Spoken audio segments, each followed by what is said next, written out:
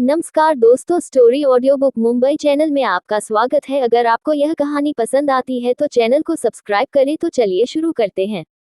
Party में अब तक आप लोगों ने पढ़ा कि किस तरह से पार्टी में हर कोई जाह्नवी को ताना सुना रहा था। वही सब की बातें सुनकर अब तो मेहता परिवार गुस्से से आग बबूला हो गया था। उन्हें अभी भी कपूर खानदान पर यकीन नहीं हो रहा था कि वह इतना नीचे गिर सकते हैं। जाह्नवी भी आंखें नम करते हुए रोने का नाटक करने के अंदाज में बोली, मुझे माफ कीजिएगा आंटी, मैंने जानबूझकर यह सब कुछ नहीं किया। बस यह सारी चीज मुझे पसंद आ गई थी और वैसे भी अनाया इसे पहले नहीं वाली थी तो मैंने पहन लिया। आप बुरा मत मानिए, एक बार पहनने के बाद में वापस अनाया को दे दूंगी। आप प्लीज गुस्सा मत कीजिए। तभी रवीना कपूर भी बात को संभालते हुए बोली, सही बात है, हम बस बात को ज्यादा ही बढ़ा रहे हैं। यह कोई इतनी भी बड़ी बात नहीं है। हमें पार्टी पर ध्यान देना चाहिए। वैसे भी जो हो गया वह हो गया। वहीं उनकी बातें सुनकर मेहता खानदान के चेहरे का रंग काला पड़ चुका था, क्योंकि कपूर खानदान कुछ ज्यादा ही अजीब बिहेव कर रहा था। उन लोगों को उनके हाल चाल से कुछ गलत होने का एहसास हो रहा था, लेकिन वह लोग समझ नहीं पा रहे थे। सबसे ज्यादा तो गुस्से में विशाल था। वह जाह्नवी की फितरत को जानता था। वह जानता था कि वह किस हद तक नीचे गिर सकती है। उसने इस चीज का एक्सपीरियंस खुद भी किया था। एक बार जब एक लड़की उसके फार्म हाउस पर आई थी और जिसकी वजह से उसने जाह्नवी को नजरअंदाज किया था और उसके फोन को नहीं उठा रहा था, तो उसने उसे लड़की के बारे में पता करवाया था और उसने उसे लड़की को किडनैप करके बार में बेच दिया था। वह जानता था कि जाह्नवी जितनी दिख रही है इतनी सीधी शादी भी नहीं है, लेकिन हर बार उसे जाह्नवी से प्रॉफिट होता था, इसलिए वह कुछ बोल नहीं रहा था। लेकिन आज जाह्नवी ने उसके अरमानों पर पानी फेरा था। आज उसे अनाया को अपने साथ ऑफिशियली जोड़ना था। ऐसे मौके पर भी उसने यह सब कुछ किया जिसकी वजह से उसका पारा हाई हो रहा था। वह गुस्से में दांत पीसते हुए जाह्नवी से बोला, तुम्हें क्या लगता है कि सगाई का शगुन कोई बाजार से खरीदी हुई चीज है जो एक बार इस्तेमाल करने के बाद तुम वापस दे दोगी? मेरी होने वाली वाइफ को तुम्हारी उतरी हुई चीज पहनने की जरूरत नहीं है। उसे मैं उसके लिए दूसरी चीज खरीद दूंगा, लेकिन आइंदा से ध्यान रखना, कुछ भी हो जाए उसके लिए लाई किसी भी चीज को छूने की कोशिश मत करना। वही उसका यह कहना और उसके आसपास का खतरनाक ओरा कपूर खानदान को अंदर तक कप कपाने के लिए काफी था। जाह्नवी जो विशाल की दुल्हन बनने के लिए बेताब थी, यह सुन गुस्से से पागल होने लगी थी, लेकिन वो विशाल को नाराज नहीं कर सकती थी। वही राजेश कपूर तो यही सोच रहा था कि अगर बाद में विशाल ने जाह्नवी से सगाई करने के लिए मना कर दिया तो वह क्या करेंगे, क्योंकि उसने इस वक्त जाह्नवी को देखकर जो रिएक्शन दिया था अब उसके अंदर एक डर पैदा करने के लिए काफी था। पार्टी इसी तरह से आगे चल रही थी, हर तरफ अलग अलग बातें हो रही थी। तभी विशाल की मां रवीना कपूर से बोली, अब दुल्हन को बुला भी लीजिए, सगाई का वक्त हो चुका है। वही उसकी बात सुनकर रवीना कपूर थोड़ी सी डर गई, लेकिन वह पास खड़ी हुई मेड से इशारा करके बोली, जाओ जाकर अनाया को बुला लाओ। यह देखकर आसपास और बातें होने लगी। जाहिर सी बात है, जिनकी सगाई है उसे बुलाने के लिए भी सिर्फ नौकर जा रहे थे। एक औरत तंज भरे लहजे में बोली, लगता है कपूर खानदान अपनी बेटी से नफरत करता है, जो उसे सगाई के लिए लेने के लिए भी नौकरों को भेज रहा है। तभी एक और औरत बोली, आप सही कह रही है, मुझे तो पहले से इन लोगों को के बिहेवियर से कुछ गड़बड़ नजर आ रही है। एक तो उनकी बड़ी बेटी जिन्होंने इसे गोद लिया है, वह अपनी बहन के शगुन के कपड़े और गहने पहनकर नीचे आ जाती है और इस तरह से दिखाती है जैसे उसने कोई गलती ही नहीं की। ऊपर से इन लोगों ने अपनी बेटी को कई सालों तक घर से दूर रखा और अब जब आई है तो इस तरह से उसके साथ व्यवहार कर रहे हैं। वहीं आसपास की भीड़ की बात सुनकर राजेश कपूर की मुठिया कस गई। वह पहले ही अपने परिवार का काफी तमाशा बन चुका था, यहाँ तक कि वो जानता था कि अनाया को घर से दूर रखने के की वजह से बहुत सारे प्रॉब्लम क्रिएट हो गए हैं, लेकिन फिर भी उसने अपनी बीवी और बेटी की बात सुनकर अनाया को दूर भेज दिया। लेकिन उसके वापस आने के बाद भी उसके नाम पर दाग लग रहा था। वह घुरकर रवीना कपूर को देखता है। रवीना कपूर की एक पल के लिए हड़बड़ आ गई, लेकिन वह ढीठ थी। वह नकली हंसी हंसते हुए बोली, वह क्या है कि अनाया अपने दोस्तों के साथ है, तो उसने ही मना किया था कि कोई उसे डिस्टर्ब ना करे। वही उसकी बात सुनकर आसपास के लोग तो खामोश हो गए, लेकिन कुछ लोगों की आंखें छोटी हो गई, क्योंकि वो लोग जानते थे कि अनाया का कोई दोस्त नहीं है। वह सालों से इस शहर में नहीं आई थी, तो भला उसका कोई दोस्त कैसे हो सकता है। वही राजेश कपूर को गुस्सा इस बात से आ रहा था कि उसकी बीवी उसकी भी बात नहीं मान रही। वह दांत पीसते हुए उसे देख रहे थे। उसने मन ही मन डिसाइड कर लिया था कि वह रवीना कपूर को एक अच्छा सबक सिखाएगी, ताकि वह आइंदा से उसकी बात ना काटे। वही सभी लोग बस दुल्हन का इंतजार ही कर रहे थे कि सगाई की रस्में आगे बढ़े। विशाल तो इतना बेसब्र हो रहा था कि उसकी सांस भारी हो रही थी। वह बेचैनी से अपने हाथ को मसल रहा था। सभी लोग बेसब्री से अनाया का इंतजार कर रहे थे, लेकिन 3 चेहरे ऐसे थे जिसके चेहरे पर हल्का सा डर था, लेकिन एक जीत की मुस्कान थी। वह था कपूर खानदान, जो दिल ही दिल में अपनी सोची हुई प्लानिंग पर खुश हो रहा था कि थोड़ी ही देर में उन लोगों की चली हुई चाल कामयाब हो जाएगी। अभी वह लोग अपने ख्यालों में खोए हुए ही थे। तभी वहां पर वही नौकरानी दौड़ते हुए आई। उसके चेहरे पर इस वक्त डर और खौफ साफ साफ नजर आ रहा था। वह सीधे ही दौड़ते हुए रवीना कपूर के पास गई और धीमे से उनके कान में कुछ कहा। जैसे ही उस नौकरानी ने रवीना कपूर को अपनी बात पूरी की, वैसे ही रवीना कपूर के चेहरे पर डर की लकीरें आ गई। वह अविश्वास से आंखें बड़ी करते हुए उसने घूर कर देखती है और फिर किसी को भी कुछ भी बताए बिना अंदर की ओर भागती है। उसके पीछे राजेश कपूर और जानवी भी भागते हैं। क्या कपूर खानदान की चल होगी कामयाब? और क्या जानवी कर पाएगी विशाल से सगाई? क्या होगा आगे का तमाशा? पार्टी में अब तक आप लोगों ने पढ़ा कि पूरा कपूर खानदान नौकरानी की बात सुनकर अंदर जाता है, लेकिन उनके पीछे पीछे मेहता परिवार भी चला जाता है। वह लोग जैसे ही अंदर कमरे में पहुंचते हैं, रवीना कपूर हर तरह इधर उधर देखने लगती है, जैसे वह अनाया को खोज रही हो। उसकी एक्टिंग इतनी रियलिस्टिक थी कि अगर वह फिल्मों में होती तो जरूर उसे ऑस्कर मिल जाता। वह रियल लाइफ में इतनी अच्छी एक्टिंग कर रही थी। रवीना कपूर के साथ साथ राजेश कपूर भी अनाया को खोजने की एक्टिंग करते हैं। वहीं जानवी बस बिना किसी एफर्ट के वहां खड़ी थी। वह कोई ऐसी नौटंकी नहीं कर रही थी, क्योंकि उन तीनों को पता था कि अनाया यहाँ नहीं होने वाली थी। उन लोगों को तो इस बात पर भी शक था कि अनाया जिंदा है, तो फिर वह यहाँ कैसे हो सकती थी। तभी रवीना परेशान आवाज में बोली, अनाया हमारे साथ ऐसा कैसे कर सकती है? वह सगाई से कैसे भाग सकती है? यह बोलते हुए छुपकर वह उन लोगों की ओर इशारा करती है, क्योंकि उसने देख लिया था कि अब तक मेहता परिवार वहां दरवाजे तक आ चुका है। वहीं राजेश कपूर भी उसकी बात में हामी भरते हुए बोले, इस लड़की ने तो हमारी नाक कटवा दी। अगर उसे सगाई नहीं करनी थी तो वह पहले ही मना करती थी। इस तरह से सगाई से भागने की क्या जरूरत थी? जानवी चापलूस आवाज में बोली, आप सही कह रहे हैं, से हम सब की नाक कटवा दी। अब बाहर मेहमानों को हम क्या जवाब देंगे? तभी रवीना रोने की एक्टिंग करते हुए बोली, मेहमानों को तो बाद में जवाब देंगे, अब हम मेहता खानदान को क्या जवाब देंगे कि हमारी वह गांव से आई हुई बेटी हम सबका नाम कटवा कर भाग गई। वही दरवाजे पर खड़े मेहता खानदान भी यह सब कुछ सुन रहे थे। मेहता परिवार को भी यही लगा कि इन लोगों की बात सही है। तो सुरेश मेहता आगे आते हुए थोड़ा कठोर आवाज में बोला, आप लोग क्या कह रहे हैं? और आपकी बेटी सगाई से भाग गई है और आप अभी भी यहाँ पर डिस्कस कर रहे हैं। तभी राजेश कपूर सर झुकाने की एक्टिंग करते हुए बोले, आप यहाँ पर? उद्धरण चिन्ह। फिर थोड़ा मायूस सा चेहरा बनाते हुए बोले, माफ कीजिएगा मिस्टर सुरेश, मुझे नहीं पता था कि मेरी बेटी इस तरह से मेरा नाक कटवा देगी। वह हमसे काफी दूर रही है, इसीलिए वह हम सब से नाराज है। शायद यही वजह है कि वह हमें इस तरह से शर्मिंदा करके चली गई है। उसकी तरफ से मैं माफी मांगती हूँ। तभी कावेरी मेहता गुस्से में दांत पीसते हुए बोली, आपकी माफी का हम क्या अचार डालें? आपकी बेटी की वजह से हाई सोसाइटी में हमारी नाक कट जाएगी, उसका क्या? अब हम नीचे जाकर सबको क्या जवाब देंगे कि हमारी होने वाली बहू बेशर्म की तरह भाग चुकी है?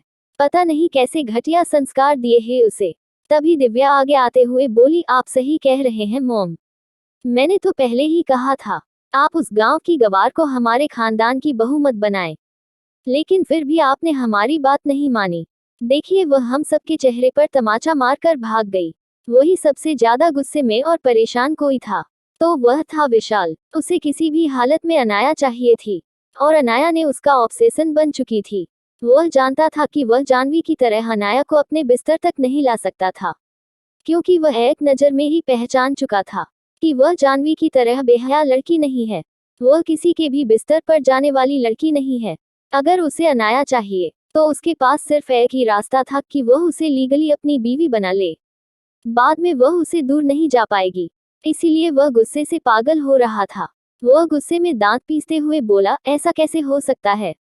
आपने पहले ही कहा था कि अनाया यह शादी के लिए खुद मानी थी और वह खुद सगाई के लिए तैयार है। और जहां तक मैंने उसे नोटिस किया है, वह बिना किसी वजह से ही नहीं भाग सकती। क्या आप लोग हमसे कुछ छुपा तो नहीं रहे? वही उसकी बात सुनकर पूरे मेहता परिवार को भी शक होता है। तभी दिव्या कुछ सोचते हुए बोली, भाई आप इन लोगों को क्या पूछ रहे हैं? इनके पास इतनी भी तमीज नहीं है कि अपनी बेटी को संभाल सके। वही दिव्या की इतनी कड़वी बात सुनकर राजेश कपूर की मुखिया कश गई। वही रवीना भी उसे घूर रही थी। तभी कावेरी दिव्या को शांत करते हुए बोली, चुप हो जाओ, वैसे भी इन लोगों ने कहा उसे पाला है। यह लोग तो उसे सालों पहले ही कहीं और फेंक कर आए थे। मुझे तो तभी समझ जाना चाहिए था कि यह लोग अनाया को पसंद नहीं करते, लेकिन पता नहीं वह लड़की भी बाहर क्या क्या सीख कर आई है, जो वह सगाई से ही भाग गई और हम सब की नाक कटवा दी। तभी सुरेश मेहता थोड़े गुस्से में दांत पीसकर बोले, अब बहस करने का वक्त नहीं है। यह सोचो कि हम नीचे जाकर मेहमानों से क्या कहेंगे। यह सुनकर जानवी बेचारी बनने की एक्टिंग करते हुए बोली, मैं जानती हूँ कि मेरी बहन ने गलत की है। वह ना समझ है और वह गांव में रहकर आए है, तो उसे हाई सोसाइटी का इतना ख्याल नहीं है। उसे नहीं पता कि इस तरह से सगाई से भागने से दोनों खानदान की कितनी बदनामी होगी। उसके लिए मैं आप सबसे माफी मांगती हूँ, और अगर आप कहेंगे तो उसकी जगह पर मैं सगाई कर लूंगी। वैसे भी सगाई तो किसी से भी हो सकती है। यह खाते हुए वो खुद को और बेचारा और अनाया को विलन दिखा रही थी। वही यह सुनकर विशाल की मुठिया कश गई। वही मेहता खानदान भी गुस्से में जानवी को घूरने लगा। तभी जानवी की बात में हामी भरते हुए रवीना भी बोल पड़ी, सही बात है, मेरी जानवी भी काफी सेंसिबल भावुक है। आप लोगों ने उसे अपने आंखों के सामने बड़ा होते हुए देखा है। वह एक समाज में अच्छी रेपुटेशन रखती है और उसे पता है कि हाई सोसाइटी में किस तरह से उठना बैठना है, और वह अनाया की कंपैरिजन में तो अच्छी है। मैं तो यही कह रही हूँ कि आज विशाल और जानवर की सगाई करवा देते हैं। कम से कम हमारा भी बेइज्जती तो नहीं होगी और हाई सोसाइटी में हमारा नाक तो नहीं कटेगा। वही उनकी बातें सुनकर सुरेश मेहता भी अपनी सोच में डूब गया। तभी दिव्या जो खुद को चुप नहीं रख पाई, वह गुस्से में दांत पीसते हुए बोली, तुम अपनी औकात मत भूलो। तुम एक नकली बेटी हो, तो कपूर खानदान की बेटी बनने की कोशिश मत करो। तुम्हारी कोई औकात नहीं है मेहता खानदान में सगाई करने की। तुम भूलो मत, तुम्हें कपूर खानदान ने बस अडॉप्ट किया है। तुम उनकी रियल बेटी नहीं हो। तुम्हें बस सड़क से उठाया गया है। तो इस तरह से बिहेव करना बंद करो, जैसे तुम ही असली प्रिंसेस हो। वही दिव्या की बातें जानवी के चेहरे पर तमाचे की तरह लगी। उसने नफरत से अपनी आंखें बंद कर ली और मुठिया कस ली। वह खुद को कंट्रोल कर रही थी, अपना आपा खोने के डर से। क्या होगी जानवी और विशाल की सगाई, और क्या होगी अनाया बदनाम पार्टी के। अब तक आप लोगों ने पढ़ा कि अनाया के भाग जाने की वजह से जानवी खुद की और विशाल की शादी का सुझाव देती है और खुद को बेचारी दिखाती है, लेकिन दिव्या उसकी मुंह पर ही इंसल्ट कर देती है। उसकी हामी में हाँ भरते हुए विशाल की मां कावेरी मेहता भी गुस्से में बोली, ऐसा नहीं हो सकता। मैं अपनी बेटे की शादी अनाया से करने के लिए इसीलिए मानी थी क्योंकि मैंने गीता से वादा किया था, वरना मैं अपने बेटे की शादी कभी कपूर खानदान में नहीं करती। तभी सुरेश मेहता गुस्से में बोला, चुप रहो सब। फिर घूर कर अपनी बीवी और बेटी को देखते हुए बोले, कुछ भी हो मैं समाज में अपनी नाक नहीं कटवाना चाहता। हाई सोसाइटी में पहले ही विशाल की सगाई की बात हो चुकी है, तो आज सगाई होनी चाहिए, चाहे वह अनाया से हो या फिर किसी और से। यह सुनकर विशाल गुस्से में मुठिया करते हुए बोला, बिल्कुल नहीं, मेरी सगाई अनाया से ही होगी। यह सुनकर सुरेश मेहता उसे घूरते हुए बोले, बिल्कुल नहीं विशाल, वह लड़की पहले ही भाग चुकी है। अभी के लिए तुम्हें जानवी से सगाई करनी होगी। विशाल अभी भी नामे सिर हिलाते हुए बोला, बिल्कुल नहीं। तभी सुरेश मेहता उसे समझाते हुए बोले, तुम मेरे साथ चलो, मुझे तुमसे बात करनी है। इतना बोलकर वह उन्हें लेकर चले गए। वहीं उनकी बात सुनकर कावेरी मेहता भी खुश नहीं थी, लेकिन वह अपने पति की बात नहीं टाल सकती थी। दूसरी ओर कपूर खानदान के लोग तो खुश थे। वहीं दूसरी ओर कोने में ले जाते हुए विशाल के पिता उसे समझाते हुए बोले, बेवकूफी मत करो। अभी अगर तुम्हारी सगाई नहीं हुई तो तुम्हारे कंपनी के शेयर नीचे गिरने लगेंगे, और अगर तुम ऐसा नहीं चाहते तो चुपचाप सगाई कर लो। यह सुनकर विशाल अपने पिता को घूरते हुए बोला, आप ही जानते हैं एमएम की जानवी सगाई के लायक नहीं है। वो एक बाजारू लड़की की तरह है। यह सुनकर सुरेश मेहता अपने बेटे को समझाते हुए बोले, मुझे पता है, लेकिन मैंने तुम्हें सिर्फ सगाई करने को कहा है। मैं तुमसे शादी के लिए नहीं कहा। अभी तुम्हारी शादी नहीं होने वाली। तुम्हारे पास बहुत अच्छा वक्त रहेगा इस सगाई को तोड़ने का। वैसे भी दुनिया में कितनी सगाई या टूटती है, तो एक और सही, इसमें कुछ गलत नहीं है। अभी के लिए सगाई के लिए मान जाओ। विशाल भी अपने पिता की कहने का मतलब समझ गया। वह बोला, ठीक है, लेकिन मैं कभी भी सगाई तोड़ सकता हूँ। यह सुनकर सुरेश मेहता बोले, ठीक है, जैसा तुम चाहो। थोड़ी ही देर में वह लोग पार्टी के अंदर थे। उस स्टेज पर विशाल और जानवी एक दूसरे को रिंग पहना रहे थे। जानवी तो पहले ही अपने रिंग एक्साइटमेंट में विशाल को पहना चुकी थी, क्योंकि जो वह चाहती थी वह हो चुका था। सभी लोग वहां पर आकर उन्हें सगाई के लिए बधाइयां दे रहे थे, लेकिन ज्यादातर भीड़ में बातें ज्यादा हो रही थी। कोई कह रहा था, आज तो कपूर खानदान की असली बेटी अनाया की सगाई थी, तो यह गोद ली हुई बेटी स्टेज पर क्या कर रही है। तो कोई कह रहा था, इन लोगों ने सगाई के लिए दुल्हन क्यों बदल दी। तो कोई कह रहा था, बात क्या है। सभी लोग इस तरह की बकवास कर रहे थे और तरह तरह की बातें बना रहे थे, लेकिन हर कोई बस इन सब में राजेश कपूर पर उंगली उठा रहे थे, कपूर खानदान के बारे में। और सबसे ज्यादा अगर कोई क्रिटिसाइज हो रहा था तो वह थी जानवी, जो अपनी बहन की जगह पर सगाई कर रही थी। हर कोई उसे कैरेक्टरलेस, गोल्ड डिगर और क्या क्या कह रहे थे। कुछ लोग तो उसे डायन भी कह रहे थे, जिसने अपनी बहन की जगह चुरा ली और कपूर खानदान पर कब्जा कर लिया था। इन सब के बीच विशाल की माँ और बहन बिल्कुल भी खुश नहीं थे। वह तो गुस्से से पागल हो रही थी। पता नहीं किस तरह से उन दोनों ने खुद को कंट्रोल किया हुआ था। तभी रवीना कपूर मुस्कुराते हुए बोली, अब तुम्हारी बारी विशाल बेटा, जानवी को रिंग पहो। यह सुनकर दिव्या तंज करते हुए बोली, आप ही काफी मजाक करती है मिस रवीना कपूर। यह सगाई की अंगूठी मेरी असली होने वाली भाभी यानी कि अनाया के नाप की है, तो भर यह जानवी को कैसे फिट होगी। वही यह सुनकर जानवी का चेहरा काला पड़ गया, क्योंकि वह नहीं चाहती थी कि कोई भी यह समझे कि उसने किसी की उतरी हुई चीज पहनी है। वह दिल से जानती थी कि यह सारी शॉपिंग, हर चीज उसने अपनी पसंद की और सबसे महंगी और बेस्ट खरीदी है, क्योंकि वह जानती थी कि आज उसी की सगाई होगी। लेकिन दिव्या ने उसे ताना मारा था, इसीलिए उसने गुस्से से अपनी एक मुट्ठी कस ली। वह मुस्कुराते हुए बोली, दिव्या, तुम्हें चिंता करने की जरूरत नहीं है। वैसे भी मेरा और अनाया का नाप तकरीबन एक जैसा ही है, तो शायद यह रिंग मुझे आ जाएगी। इतना बोलकर वह हाथ आगे कर देती है।